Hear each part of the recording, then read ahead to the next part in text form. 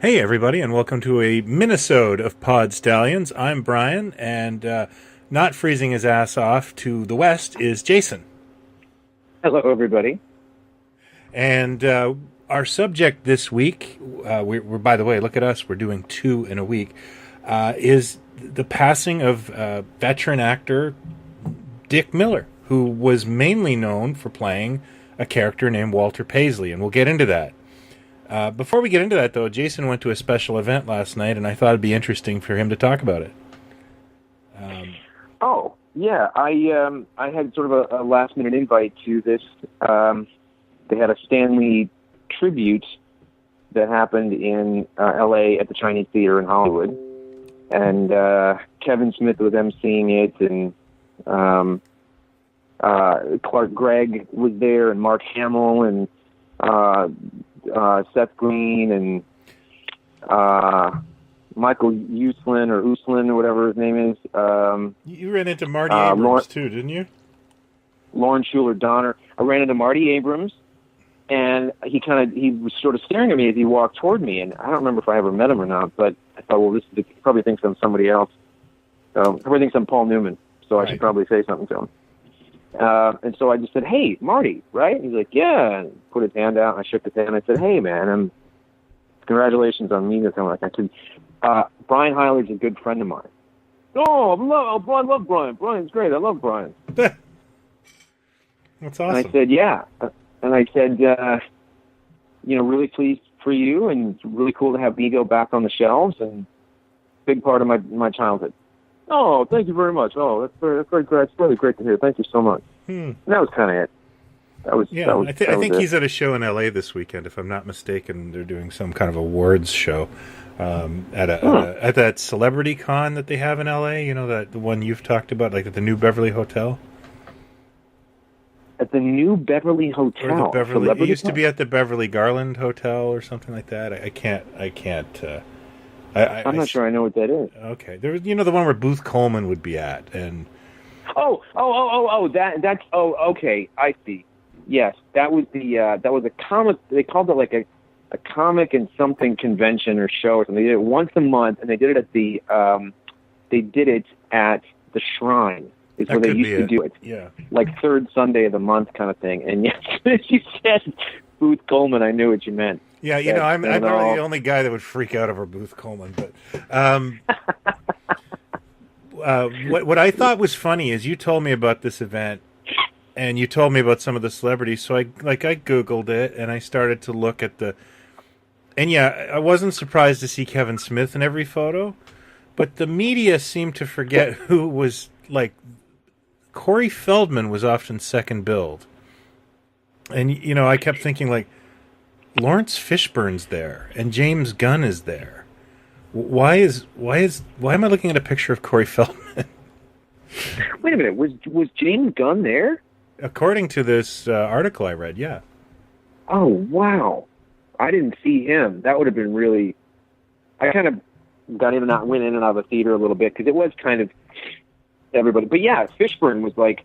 The invite that I got mentioned Vincent D'Onofrio and some other people. I didn't see Fishburne's name on it. So when Kevin Smith called his name, I was like, holy shit, that's Lawrence Fishburne. Yeah. And he was Greg Hamill. You know what you're going to get with Hamill, like when he tells a story or he acts it out and he, does Stan's voice and stuff like that. Yeah. Fishburne was just cool as shit, and he was talking about, I think he was from Long Island, I think. And he was talking about what a comic freak he was as a kid. And I just was like, oh, I had no idea. Like, oh my God, he's listing off, titles from the late 60s kind of thing. And then this was I thought the winning line of the night is he said, oh yeah, because Smith was like, oh, were you really a big comics guy? And he's like, oh yeah, totally. Yeah, I'd say from like, I don't know, the age of like 6 or 7, probably till about, 14, 15 or so, like when I went off to make Apocalypse Now. And I just screamed. I screamed like, yeah! Like, Apocalypse Now got a mention in this thing.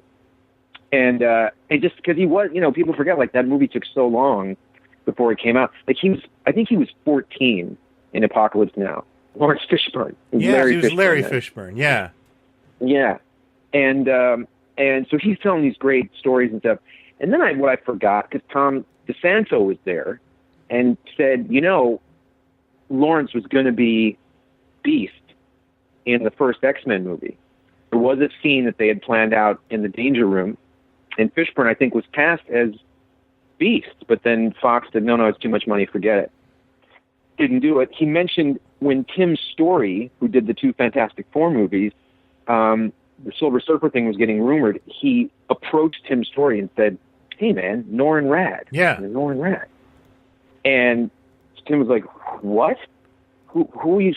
Like, I don't think Tim knew what that meant, or didn't. I mean, he knew what the Silver Surfer was, but he didn't, like, steeped in Marvel stuff.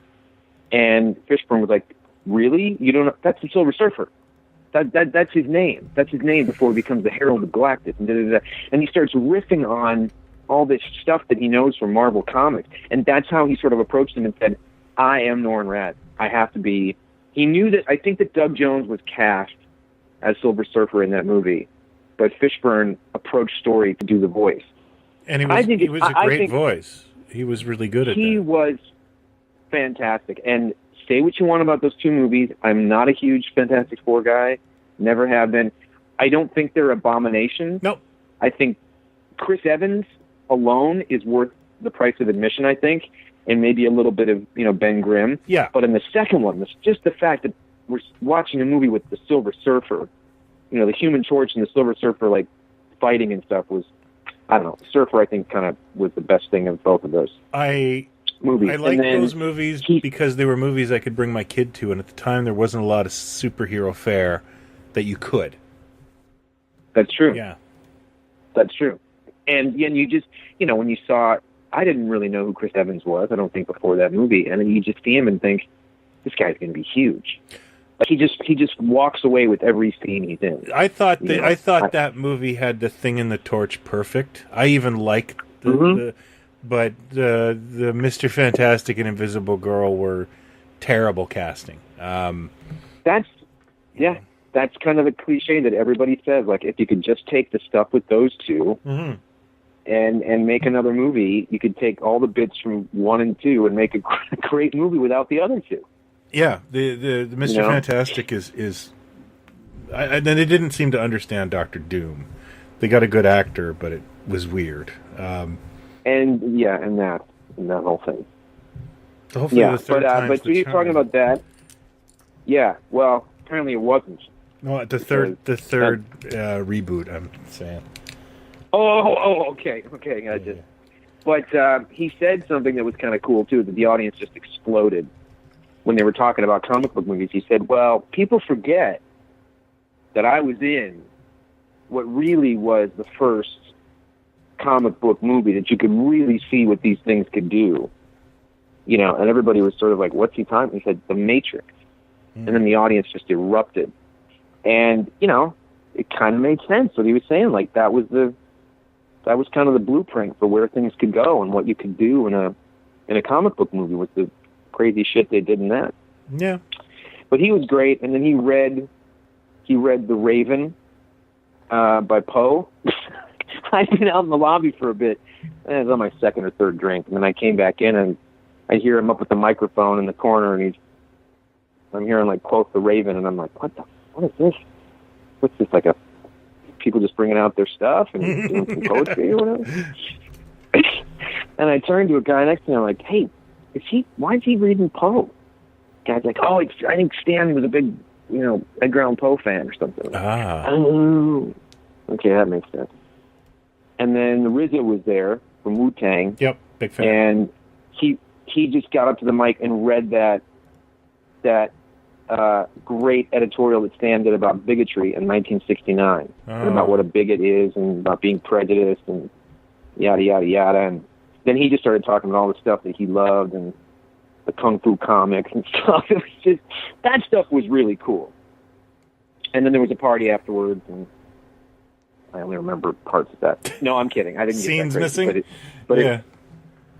but it was, lots of fate, like the Michael Uslan guy was at the party. And then, this was weird, too.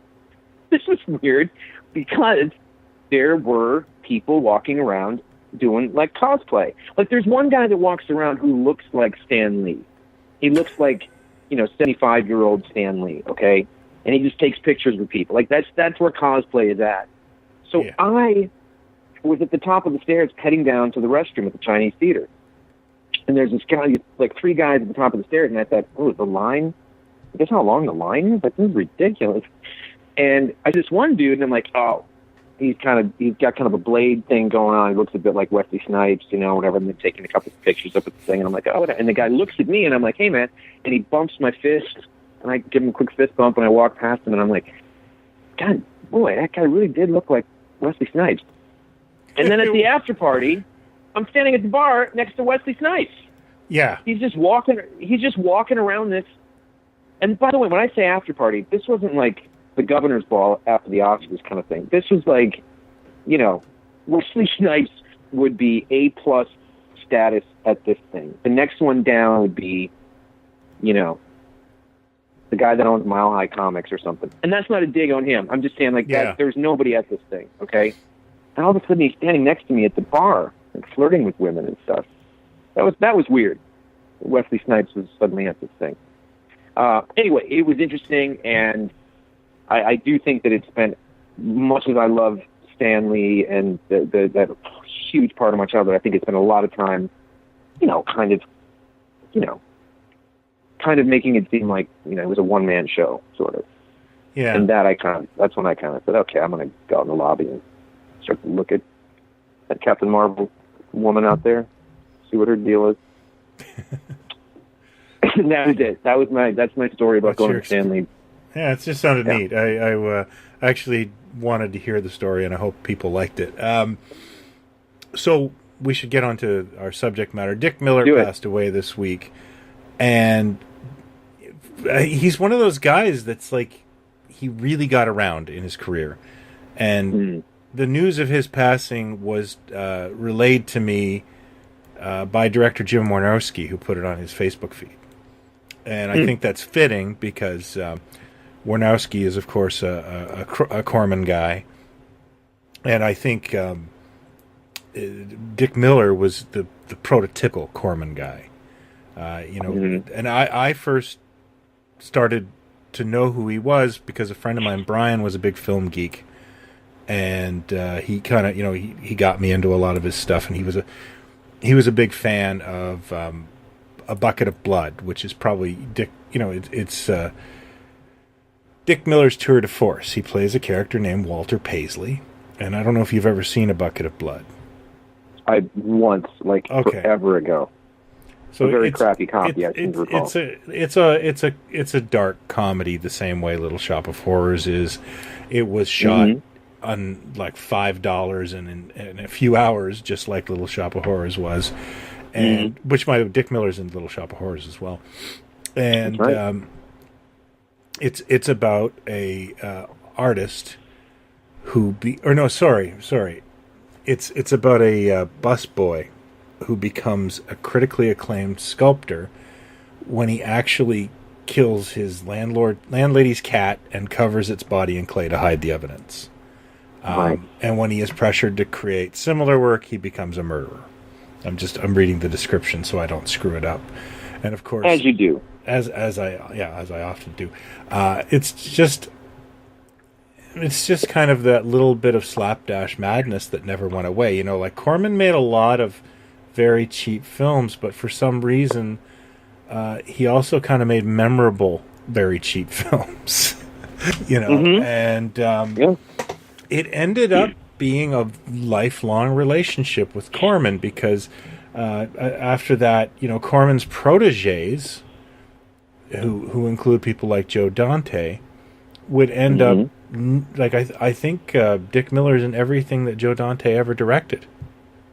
I think he is. I know he's in The Howling, and that was 81. I think was The Howling. Yeah, I think that might be the first thing I ever saw him in, without knowing it was him. That's probably the first thing I saw him in, and then of course Gremlins. He had more substantial part in Gremlins. I've never seen Gremlins. But yeah, I think, I have to say something on air here in front of the world. You just, after all these years and all our conversations and all I know about you, you still keep me on my toes. You're still a bit of an enigma. This is like the second episode in a row where you've mentioned something that I'm just stunned that you haven't seen. Not oh my God, he didn't like that thing. Just that you've somehow not seen it. Yeah. I just, that's extraordinary to me. So you have never seen the 1984 film Gremlins? No, but I've seen Gremlins 2 about 180 times because I was working in Germany, and my hotel had two options: German movies, really, really hardcore pornography, or Gremlins 2 in English. So I managed to figure out what was going on and watch it like over and over again while I was working in Germany. But yeah, I've never. I gave. I think we all know what choice I would have made in that German hotel room. Oh, I didn't say I didn't flick around, but no. But after you saw Gremlins 2, there wasn't a point like when you got home or a year later, or you came across it again and thought, I should see the first one just because I thought the other one was okay. Maybe I'll see the first one and see what the deal was. What was the other one that you said an episode ago or whatever? You said you hadn't seen. What was it? It was something that... It was an 80s thing, like an early 80s thing, I think, and you're just like, I've never seen that. Oh, The Fog. I was just shocked. The Fog. The Fog! Yeah. It was The Fog. I just was shocked. Like, it's creepy. It's got, fog in it. It's a Carpenter film. I should see it. I don't know. I don't think there's been many opportunities for me to see it.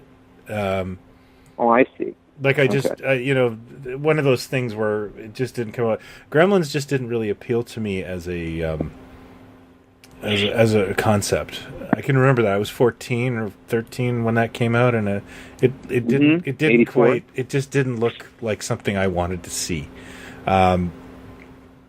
Until Germany. But I think the first time I saw Dick Miller in a film was Heartbeeps, the greatest movie ever made. Wow. What other show can you get Heartbeeps name checked on? And I've told this story before, but I won a bet with my dad. My dad was a bit of a gambler when I was a kid. And right. It was like, you get to take me to see Heartbeeps. And he was like, listen, man, I'll order a pizza right now. Worth it. I'll do this for you. Doing it. And I dragged him to that. And even I was like, oh, man. That's fantastic. Yeah. But it had Alan King. I mean, it might be Alan King's finest work as that robot with the cigar chomping agent robot or whatever it was. Oh, it was terrible.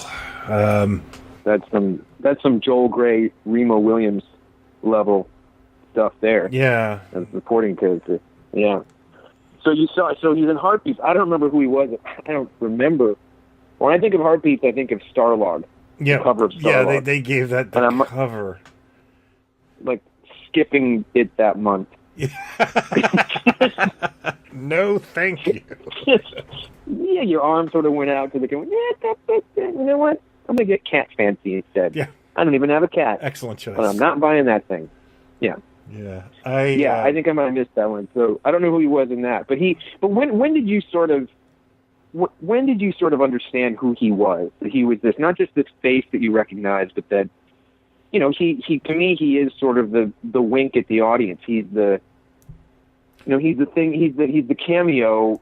You know what I mean? Instead of cameos from like super famous people, it was more of a cameo of like a good luck charm that Dante would put in things and different people started using, and you knew that face. I'd say the late 80s when I started kind of reading up on like schlock cinema, and his name would start to come up. And then I realized that he was the guy my friends and I quoted all the time in high school because we loved that line. I think it's in the Terminator where, Arnold's, he's the pawn shop guy. and Yeah. Arnold orders like this plasma rifle, and Dick Miller's line is like, "Hey, only what you see here, pal." Like, and we just thought that was funny. You know, that's actually a kind of a funny line, and we used to say that all the time in high school, and so yeah, it all started like that. Dick Miller, and then it became a thing with me and my friend that every time we were watching a movie, it was like Dick Miller. You know, like it was a spot Dick Miller thing. And Where's Waldo kind of thing. And I remember actually, this is when I was first dating my wife. She was big into V, and I tracked down some bootleg copies of V, the miniseries, and V, the Final Battle. And of course, he's in that. He's in the Final Battle miniseries, and I don't even know if he has lines, but I just remember the scene. He's forging documents or something, and he's just like working on a computer, and I was like, in front of my then new girlfriend, going, Dick Miller, and she just looked at me strange, because she wasn't in on that in joke, but. He's in a ton of stuff. I mean, he has a long history, and he's often Walter Paisley by people who get the joke. And the most recent thing that I saw where he popped up was I started watching Warnowski's Chopping Mall, which is something I actually quite enjoy. It's if you haven't. Oh. Yeah. He's in that? Yeah, he's the janitor. He's Walter Paisley, the janitor. That is on. I think that is on Hulu or Shout Factory has it. Amazon.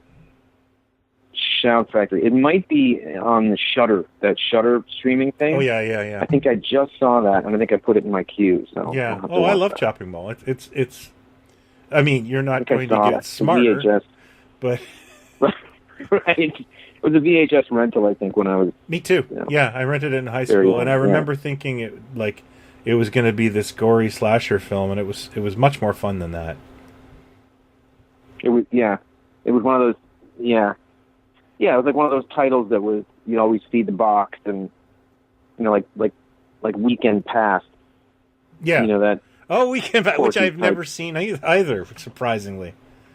That's more understandable than having never seen. No, not Gremlins. really. If you knew me in mid 1980s, I was quite the connoisseur of screwballs and those kind of classy pictures.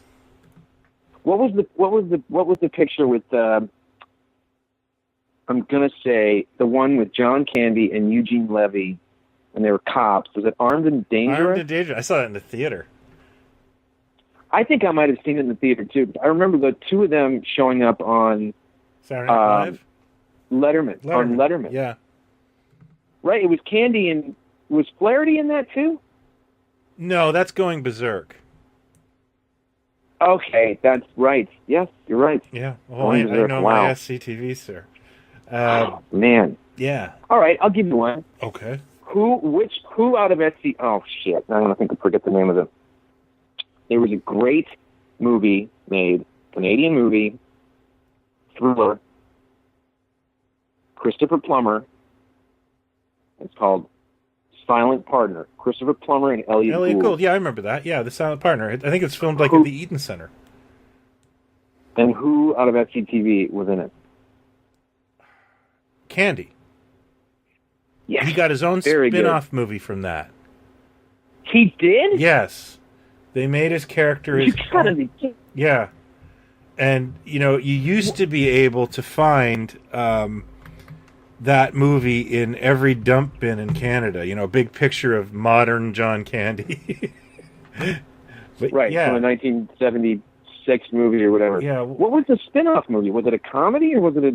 It was, yeah. Silent Partner is pretty hardcore. That's a hardcore movie. Was that... I think I'm right. I could be wrong. He did get a spin-off movie from a movie he did in Canada. And now, was it called... Maybe I'm wrong. I swore he got a movie where he plays a cop. I would hope you're right. Yeah. I'd love it if you were right. Well, he was a bank teller in Silent Partner. Okay, no, then it was a different movie I'm thinking of where he played a cop. Okay. And then they made him his own spin-off movie in Canada that, went nowhere. I wish I could remember it. But yeah, you're right. He was a bank teller. Silent Partner, I've forgotten all about that. It's fun to watch because it's like vintage Toronto. And it's just, you think it's sort of this lighthearted kind of thing, and not lighthearted, but just sort of, a PG sort of, and then it just takes a turn. Okay, the film, Christopher Plummer's character just dark. Holy He's killing cow! people, It's right? oh my God, in horrible ways. Yeah, but and it gets really dark. The film's, but it's a great idea. He's a mall Santa that hands over a thing, give me the money note to the teller or something. He's got a gun or whatever, because he's dressed like Santa. But somebody, Elliot Gould's character knows who it is for some reason. Either the piece of paper or something, the imprint of the paper or something. He thinks he knows who this Santa was, and he basically ends up trying to blackmail Christopher Plummer, who's the bad guy, saying, "Look, I know it's you. I'd like half the money," or whatever. And then things go wrong, or something. I forget. Yeah, it's a pretty good movie, but it's dark. But Candy, that was, I think, I remember reading about that years ago. It was one of the first, sort of the first, slightly dramatic, like a supporting thing that he did in a movie or something. Well, like that, the first movie that I remember him in is a movie called, and you just jarred this memory, and I had to look it up. It's called "It Seemed Like a Good Idea at a Time," which was this farce for Stephanie Powers, Anthony Newley, and Isaac Hayes. And I remember watching this as a very young kid, and he played a cop named Kopech.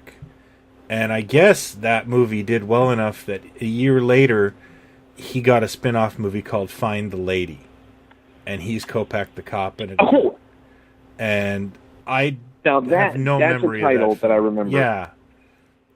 No, but it's one of those boxes that I remember. Find the Lady. You'd find it as soon as John Candy was popular. That came out. It's like, and this is a personal fascination of mine, and I've shared this with a few friends. Burt Reynolds did a movie called Shark. I think it's in 1968, well before Reynolds became a box office sensation. And I became obsessed with. I think the movie's public domain or very easy to release, and you couldn't go into a video bin without finding a copy of this movie, and it all had different. Sometimes it was a picture of a shark and a picture of Burt Reynolds, like from Smokey and the Bandit. Or sometimes it was just a really bad drawing of Burt Reynolds. And I became kind of obsessed with that. And I actually made a collage at one point of all the different covers I found over the years. It's just a special kind of crazy, Have you seen the film? Yeah, I like the film. It's actually a good film. Oh, okay. It's a heist movie. And yeah, there's sharks in it. But like every box portrays it like it's a Jaws ripoff. And it came out 7 years before Jaws. So, but yeah, it's not a bad film. In fact, I kind of like it. But I've always been fascinated by the marketing of it. And the same with that John Candy one, because they would just use all these different, stills of John Candy, like clearly in his personal life, and it would say "Find the Lady." So we should get back to those weird sort of airbrushed, like sort of painted drawings that seemed like there was a photo somewhere underneath there, but they sort of painted it this harmless. Yeah, I always knew it was bad if there was no photo on the back of the box. That was always our go-to. Right. Like, but we should get back to. Sorry, Dick Miller. I'm sorry, but you see, this is what happens. The kind of people don't seem to mind. Dick Miller did a lot of stuff, but the one thing I remember is also the Flash television series, the original one, not the current one. Dick Miller had a kind of recurring role as Foss Knight, who, if I recall correctly, was kind of a reformed criminal. Was that his role on that? I think that's who he was. That kind of rings a bell. I actually picked that up not long ago for like $5 for the set. I was very fond of that series, by the way. I liked it. I was too. Yeah. That was a good time. Like that was like, oh my God, a year after Batman, there's a Flash series, and it's a little too. And then those guys ended up. Those guys ended up doing The Rocketeer. Yeah. They ended up writing The Rocketeer, which is one of the greatest comic book movies of all time. And I don't know what those guys do now. I think one of them passed away, didn't he? Oh, that might be. I know Dave Stevens did. Mm-hmm. That's for sure. But so you think like in the late '80s, you kind of I kind of clued into who he was, yeah, because I was getting hip to that whole scene of Corman. You know, I saw Hollywood Boulevard, and I started to kind of, in my late high school years, I started renting all that stuff that made me curious, you know, Invasion of the B-Girls and Hollywood Boulevard. And I started to realize that, you know, hey, he's in a lot of this stuff. And yeah, that's when I kind of picked up on it.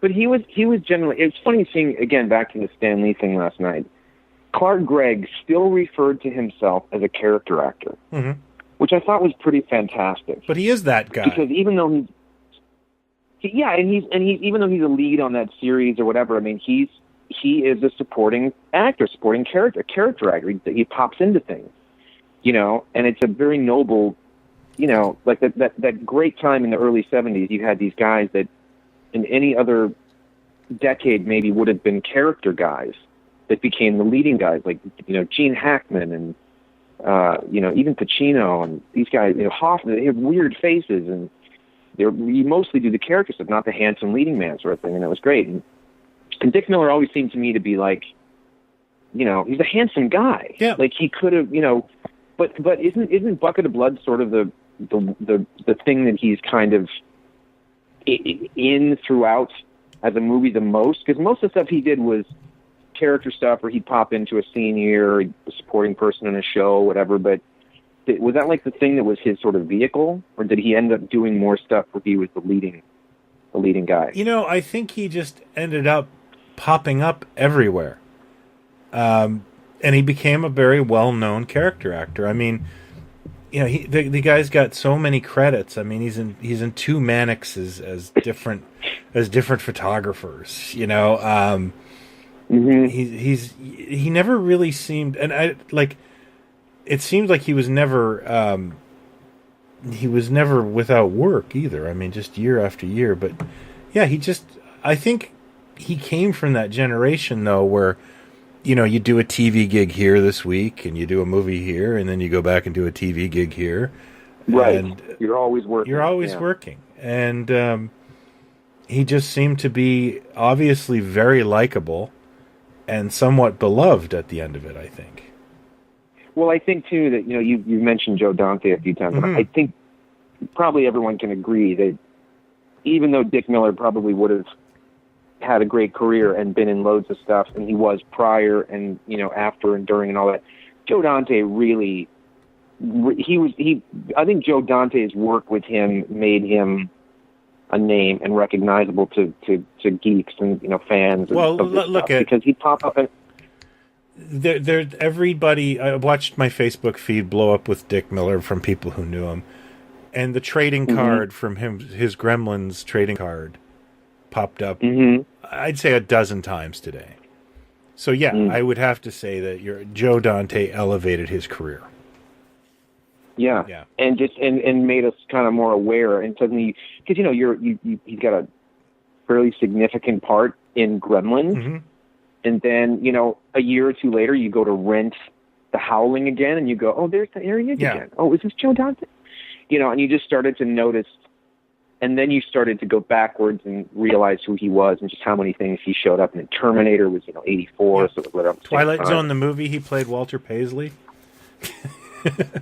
Wait, which one in Twilight Zone? It's a the Good one with Life. The kid? Yeah, the Dante segment. Yes, that's right. Of course, yeah. That's right. And Moomy's in that too. Yeah.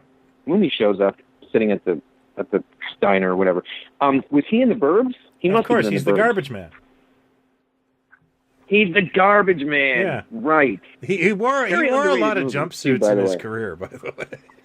Yeah. Yeah. That's an underrated movie, I think. That's a movie that I saw in the theater when it came out, and I didn't know what to think of it when I came out of the theater. I love the Burbs. I just thought, there's funny stuff in it, but I could not get a handle on what this movie was.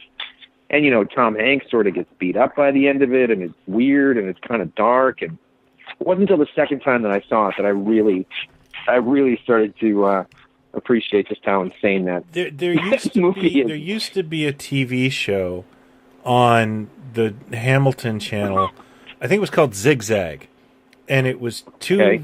chubby guys, and they looked like they gave them like no dollars, and they would just like run around at 6:30 in the morning, and paint faces on their stomachs, and I recognized the one guy. He would do car commercials and stuff, and like in Toronto, and then Yes. but my friend and I watched the Burbs, and my friend goes, "The neighbor's the guy from Zigzag," and it was Rick DeCommon. Rick And they DeCommon, still played who was- Zigzag at the time, like it just never stopped rerunning. And I went home and I was like, "Oh my god!" And then he never showed up again in anything. Like He showed up. He's got a small part in Groundhog Day. That might be the next thing I saw him in. But I thought he was so funny in the Burbs. And here's what I remember about Rick Dukeman or DeCommon or however you say it. And I might have told this story before, so forgive me if I've told this story before. But the E channel? Yeah, E of course, networks? yeah. Do you know what about E? Before it was E, in like 89, when it first kicked off, it was called Movie Time. yeah, And it was very sparse, but you'd find it on the dial and like, oh, who are these people? And, their faces you eventually started to recognize that were hosts and did things. And there was a night, it seemed like it was live, but I don't think it was. There was a night where they had him on with somebody else because the Burbs was coming out, and he was riffing on all the clips that they were going to show. He's like, what's coming up next? And he was like improvising the whole thing. And it was one of the funniest damn things. I don't know if I could ever find that. yeah, But he killed me. yeah. He was, and I just seen the Burbs. Stole that movie, and He totally stole the movie. He's great. And I mean, I think the next thing I saw him in that was a major part was Scary Movie. And it was like, where the hell has he been? Oh, wow. Did Did he do stuff in Canada, though? I don't know. Was that it? Like he did stand up. I remember watching his stand up special, which was funny, by the way. Yes, I did see him do stand up. And somewhere, he would too. be in like Spaceballs, and apparently he was in Die Hard, but he just didn't have the spotlight that he did in the Burbs, where I thought he was in. He's in Ghostbusters 2. He's a city worker in Ghostbusters 2. When they're trying to pretend to like go down beneath the sewers and do so, they're pretending like they're city workers, and he shows up from the city and he does something. He's in Gremlins too. I swear which he's in is that. Weird. He's in a lot. He's in 2 movies with Dick Miller. Dante Joe Dante. Yeah. So he was in the Burbs and Gremlins too. Yeah, I wonder if he's in. Isn't that funny? Yeah, he was. And you said he passed away. He got sick 62. He died. Yeah, diabetes. Oh. I really liked him, and I really liked the Burbs. I thought he was great. I showed my daughter the Burbs about 6 months ago, I'd say, and she really liked it as well. Like I said, this is kind of a weird movie, but I think if you stick into it, it's dark and it's really funny. And there isn't a performance I don't like in that movie. I love Bruce Dern in it, and I even like the aforementioned Corey Feldman in it. Yeah, everybody's great. The scene when they go to the house and they're, aren't they offered like pretzels or something, or pretzel sticks? Yeah, it's just awkward, and it's Brother Theodore. Just awkward and weird, and Brother Theodore staring at them. Yeah, Brother Theodore did all the independent international trailers. So right. Like, as blood is coming out, and he had such a unique voice that it's so wonderful. Like I didn't know He'd that. show up on Letterman all the time. Oh yeah, like yeah. I used to. Who is this guy? Like, that's how I kind of first got to know him. Is he was one of Letterman's. Yeah. Like Harvey Pekar, he would just come on.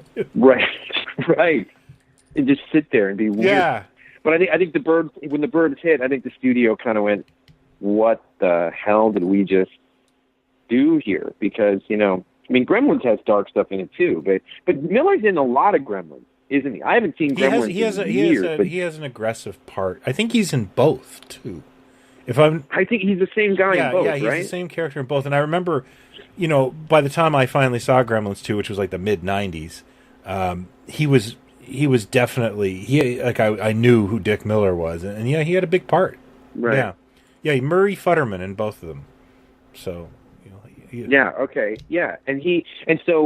So what have you ever heard anything from Dante, or like what what was it about Miller that he sort of latched onto? I thought it was good luck charm. Stuff, I thought he was his good luck charm. You know, the way like J.J. Abrams likes Greg Guttenberg to be in all of his films, or these directors can be a cowardly, superstitious lot. True. Yeah, I just always thought like Adam Sandler with what's his name? Rob Schneider. Yeah, that's the exact same thing as Joe Dante and Dick Miller. sorry. No, that was a joke. I'm sorry. Yeah. So, but Dante, being a movie freak and a horror buff and stuff, he must have known him from Bucket of Blood. Absolutely, and of course Dante's a Corman guy. Yes, that's right. That's right. That's what. Do you think Corman's going to be? Do you think Corman is going to? When the end comes, is Corman going to be more fondly remembered for his work, or the springboard that he gave to so many different talents that came through there? And I think it's 50-50 because Corman was also a bit like, you know how a lot of people credit the Ramones because the Ramones would play their town and they're like, shit, I could do that, and then they all decide. Right. I think Corman had that potential as well. I think he fostered talent, and he knew good talent, and he let guys. He inspired a lot of guys, but I think his range is more than that. I think he inspired a lot of people to become filmmakers. Well, yeah, and he had that way of saying, "Here, I need something. Take a camera, go shoot this thing." Or we got a picture that's going to open in the fall. It's about acid. Go take some acid, grab a camera, write a script. Jack Nicholson. Buy some acid from Jack Nicholson. Grab a pen and a notebook. Write a script. Pond Esprit. Direct it. Let's go. Roger Corman is like ASMR when he talks. For me, he's so soothing. He has possibly the most incredible diction ever, and and not what you'd expect from a guy that worked by the skin of his teeth and was always on the go. Schlock and exploitation, and you're just like, wow, he's well spoken. Well, the reason we made that film, what was fascinating about that picture, was that initially, like, he's just, you got to turn the volume up. And he's got a patriarchal tone about himself. Like, you want to sit semicircle on the floor and listen to him. I always found that kind of shocking about Corman.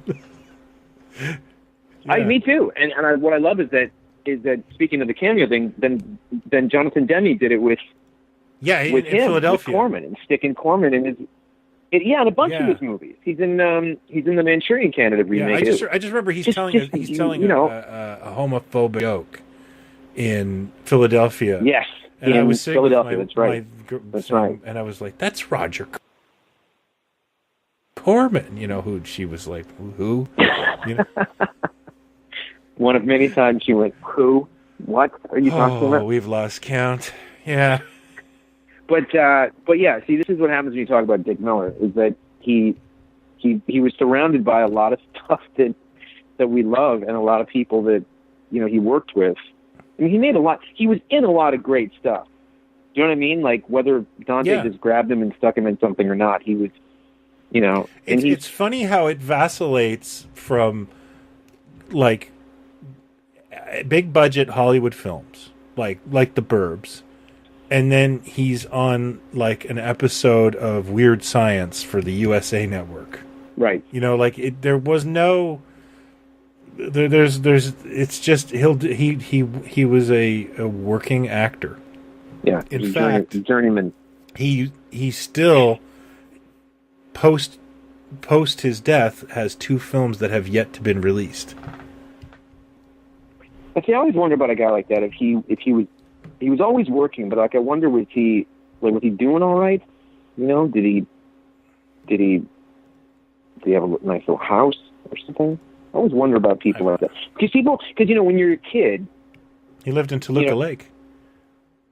Yes, he did. I did know that actually because I used to live in Toluca Lake. But when you're a kid, you see faces and you think, oh, there's so-and-so and I think I haven't seen him in a while, whatever. But we talked about this before, where we just wonder, what happened to Gary Sandy for the past 35 years or whoever. You know, they're doing something, but Gary Sandy's always the example I use, where like everybody else off that, well, not everybody, but a lot of people off that thing, you know, went off and did more stuff. And, you know, I forgot to tell you, I don't know if you saw it, but I was at a thrift store and I should have bought it for you. There was, you know, dinner theater glasses. The what now? And it was at dinner theaters will give out complimentary glasses. And I have one from the Stage West Dinner Theater, and it's Norman Fell. Oh, you know, and right. that was my favorite glass for years when I was, you know, out of college.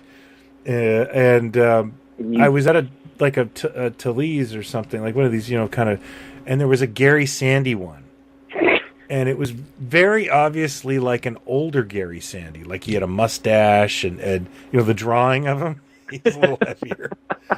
And it's like, so that's where Gary Sandy was. And let me get this straight. And you didn't buy it? Yeah, I don't know what was going on. What the hell? Did you have a stroke? And yeah, it was just one of those days where we had to go and the line was long and I was... This is what I mean about you keeping me on my toes. Because if they come to me and they want to do the biography one day, I'm going to go, did you think if there was a Gary Sandy glass here by chance, let's just say, would Brian have bought, oh, hell yeah, Brian it wouldn't have been, it doesn't matter what the cost, Brian would have been in his basket and he'd be out the door with it. Well, he didn't buy it. Like, really? I don't think I knew him at all. I want to tell you that Brian bought that glass. I thought I knew Brian, but it turns out I don't know him at all. He's never seen Gremlins. He didn't buy the Gary Sandy glass, and he's never seen The Fog. So was he? It doesn't make any sense. You know, Jason, I've made up everything I've ever done on this show. See? I knew it. I knew it. It's not even your real name, I'm sure. I've never seen a Professor Who. Yeah. Well, next time you see a Gary Sandy dinner theater glass, would you please think of me? It's one of the greatest regrets of my life. Yeah, it's right. It's got to be right up there. Yeah, I will I will ship it directly to you. All right, good. Be on the lookout. And you know what? Knowing you, I bet water tastes really good out of it. You'll probably find it. You post pictures of things like was at the flea market and found a, you know, Dalek Rodikin in the box from '65 or whatever. You find stuff at garage sales and thrift stores that nobody can find, that eBay can't find. You come across the wildest stuff that's just out in the wild at these, wherever you're going to these things that I've never seen in the wild. Well, you just come across I'm lucky that my wife loves going to these places too. So, that's good. Yeah, so, you know, and yeah, I think I actually like going out and looking for stuff more than getting stuff. Yeah, the hunt. The hunt, yeah. It's one of the reasons that I stopped. I took a break from doing the new toy reviews on my YouTube channel. You know, I did like 22 of them in a row, and it started to feel a lot like scrapbooking to me. You know, and no offense to people that love going to the store and getting themselves a treat. I don't, but I kind of love like finding things. I don't know. You know, I'd rather talk about a weird thing I found at a flea market in Germany, because it's just right. Know, so I'm just taking a little break from all that. Well, it's kind of it's also more sort of finding these things that are not common or that aren't sort of, you know, not common, but you know, that are like the Gary Sandy glass. Yeah. You could write a whole chapter. I find on that. I find that very interesting. Yeah. What was the show? Was it just him telling stories? Oh no, like, he was in glass? a production, like, and I'll have. Was he doing Mark Twain? Well, it was like, you know, two for the road. Like, you know, my pinnacle would be to find a Bob Crane dinner theater glass. Oh yeah, yeah. Now you're talking. Like, you got to go to the seedier parts of town for those. The other thing I wanted to say about those is when I lived in downtown Toronto, the Value Village was like full of those.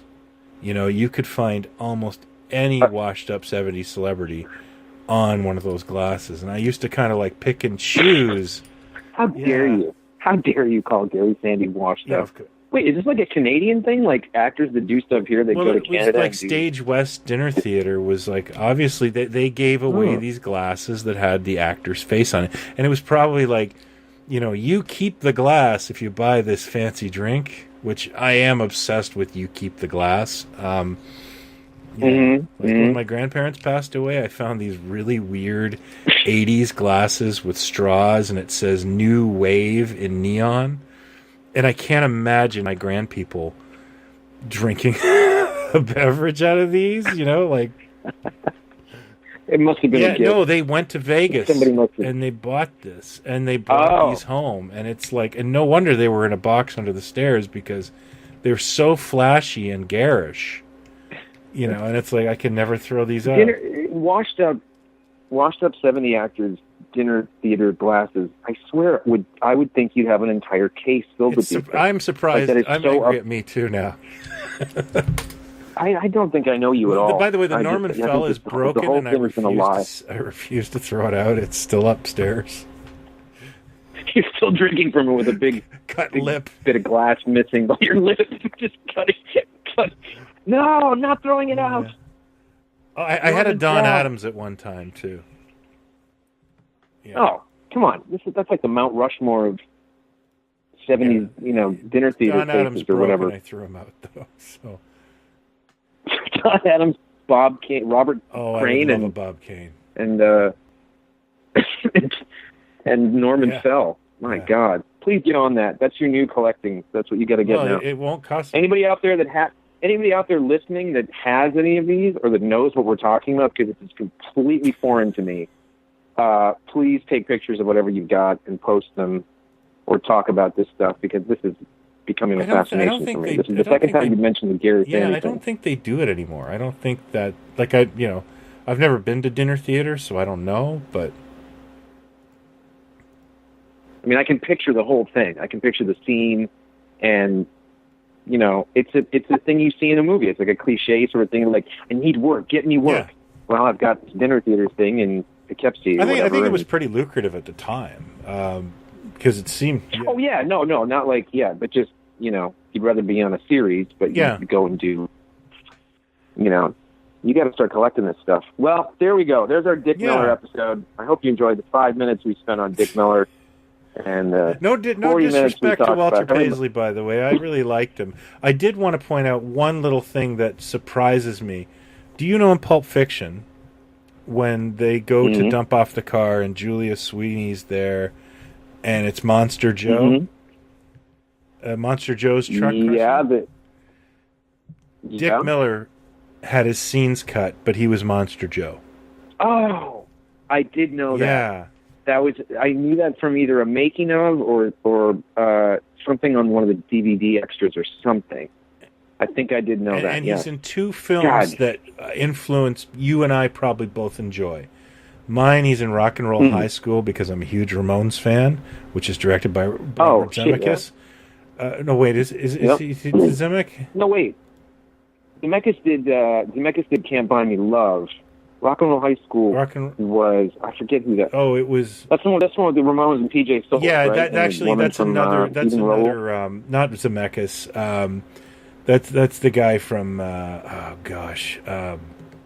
He's another Corman guy. Alan Arkush. Didn't he? Oh yes, you're right. That's right. Yeah. I Want to Hold Your Hand is the Beatles film that Zemeckis filmed. Oh, sorry. I Want to Hold Your Hand, which I nearly picked up the other day. I was at Amoeba. It was a cheap copy. I almost Dick grabbed Miller's it. in that as well. I don't know if it's that day. Who was he in? Was he like the coach in Rock and Roll High School? Who was he in Rock and Roll High School? He's police chief, if I recall correctly. Okay. You know who else is in Rock and Roll High School? Clint Howard? Someone whose name... yes. Yeah. But one of the two, the two nerdy, doofusy guys that are like... They're not doofusy, but they're sort of the suck-ups. To the principal, yeah, the two creeps, yeah. Yeah, one of those creeps is the voice of Robin on Batman the Animated Series. No way! Ugh. Yeah, and I can't think of his name. Kevin Conroy was Batman. Yes. Somebody was Robin, and that was one of the first things he ever did was Rock and Roll High School, and I don't know if he even has a line in it, but he has a couple of lines. They're creeps. Oh, he does. Right? Okay. As soon as you hear his voice, you'll recognize. Yeah. Yes. It's Robin from Batman the Animated Series. No way! I didn't know that. Yeah. I also want to just Lyle Wagner. Before we close, and I've never seen this. There is a 2014 documentary called "That Guy Dick Miller" that I would really like to see. I haven't seen it, and how do you see it? I don't know. I'm going to figure it out. But it's basically a documentary celebrating Dick Miller's acting career. Really? Yeah. That is the kind of thing that would be on. That's the kind of thing that you'd think would be on like a Netflix or something, or a streaming service of some kind. And I'm going to try and dig it out. Hopefully, it's on something I can get in Canada, because I think that would be a fitting tribute to Dick Miller. Let's seek that out and watch it. Hell yeah! Anybody got any ideas? Let us. Yeah, if you could. Lauren Lester. Lauren Lester is the guy who played Robin on Batman the Animated Series. Okay. And he was in Rock and Roll High School. Yes. Why I should know that and why it should ever come up and anybody should care, no idea. But clearly it was up there somewhere and needed to get out. And now it finally found a way. Wow. Now we know that. I know that you did. But I guess that makes kind of sense actually. Because he was the guy with the big creepy afro. Yeah. Yes. That's him. And I saw it again a few years back. I hadn't seen it in forever. And it, he shows up on screen. I'm like, is that? And I recognize him from the interviews that he's done he's a character actor guy. Mm-hmm. But there you go. That was a movie I couldn't actually get into with my kid. I tried to make her watch Rock and Roll High School, and she was like, "No." Isn't there a line? Which was it? Dee Dee that had a line like, "Let's get some pizza" or something. Yeah, it's Joey. Is it Joey? I can't. Whatever it is, I remember this making of with PJ Soul that whichever Ramon it was, they literally had one line. It was Dee Dee. Yeah. And it was like, let's get some pizza or something, and he could not get the words out. They had to do like 75. That would be Dee Dee Ramon. Yeah. I think that's fantastic. It's sort of like the way like Ace Frehley and Peter Criss, I think their voices are dubbed in that terrible They were so movie. Shit. They were probably so shit in Russia that they went, just don't give them any lines. We'll get someone else to... You're I was like 8, and it's like, why does Peter Criss have Zan from the Super Friends voice? I just love the people, just the imagining the scenes behind the thing, like, oh God, we're never going to get to this scene with the pizza and the Ramon guy, and let's do another take. And it's just one line he couldn't get through. I just love that shit. Well, there you go. There's our Dick Miller tribute, sponsored by Rock and Roll High School and the works of Lauren Lester. The works of Lauren Lester. Gary Sandy. By now, Gary. Dick Miller tribute, 8 minutes on Dick Miller, 45 on everything else we've ever done. A long time on me not seeing Gremlins. Well, that's sort of about Dick Miller. That's kind of related. Yeah. You know what I always hate is when I've run a forum for like 20 years, and you find out an actor died, and you put R.I.P. Whoever it is, and the first post after is someone goes, "Never heard of him," and you just like, well, it was all about you, so I'm glad you told me that. What is that in aid of? Who does that? What's the point of that? A lot of toy collectors do that. Well, that I believe. That kind of makes sense. Yeah. I always just kind of scratched my head at that one, like, all right. Never heard of him. Never heard of him. Well, crap. That's almost as bad as the whole, well, you've heard of, blah, blah. It's like, when was it made? I don't know, 1965? I wasn't born then. What? I don't understand that logic. So you're only aware of things. Have you heard of World War II? That was before you were born, too. Like, that was a thing. Did you not have parents? You know, like it just makes me insane. And it said with a straight face, like, "Oh well, now I know why I don't know, you know, who the Beatles are." That was before I was born, or you know, whatever it might be. Like, oh shit, sorry, I'm sorry. You're right. Man. You're right. My bad for trying to tell you as a comedian who Peter Sellers was, because you mentioned you're a comedian and you loved. But I thought I'd throw that out there, and I figured you might have an idea. You never heard of him. Never. Oh, right. Yeah, he died before you were born. I'm stupid. I'm sorry. I'm sorry for putting you in that position. You don't know who Peter Sellers is. Oh my God! Really? Yeah. This is a stand-up. Somebody I was talking to at a thing, and I don't know what joke I made or something, and she was going on about how much she loves this and that and certain things, and I said, well, you did a bit to kind of remind me of Peter Sellers a little bit. Say who? Peter, Peter Sellers. You know, I didn't say the Goon Show, the radio show. From, yeah. Peter Sellers. So that's when I kind of walked away too, thinking, oh boy, maybe I've hit that wall with like, shit, people I don't know what I'm talking about anymore because I'm older and didn't know who Peter Sellers was. Like, wow. But that really old movie, and you saw that movie in high school? That's my favorite one. Yeah, it's happening. Anyway, there you go. There's a mini. Never let it be said. Yeah. We don't do what we say we're going to do sometimes. We're going to create lots of quality product this year. That's right. Starting with our Thanks, t-shirts. Everybody. Okay. That's right. With our T-shirts. Thanks, everybody. With Gary Sandy's face on them. All right. Thanks, Brian. Thanks for listening. Take care. Bye. Everybody.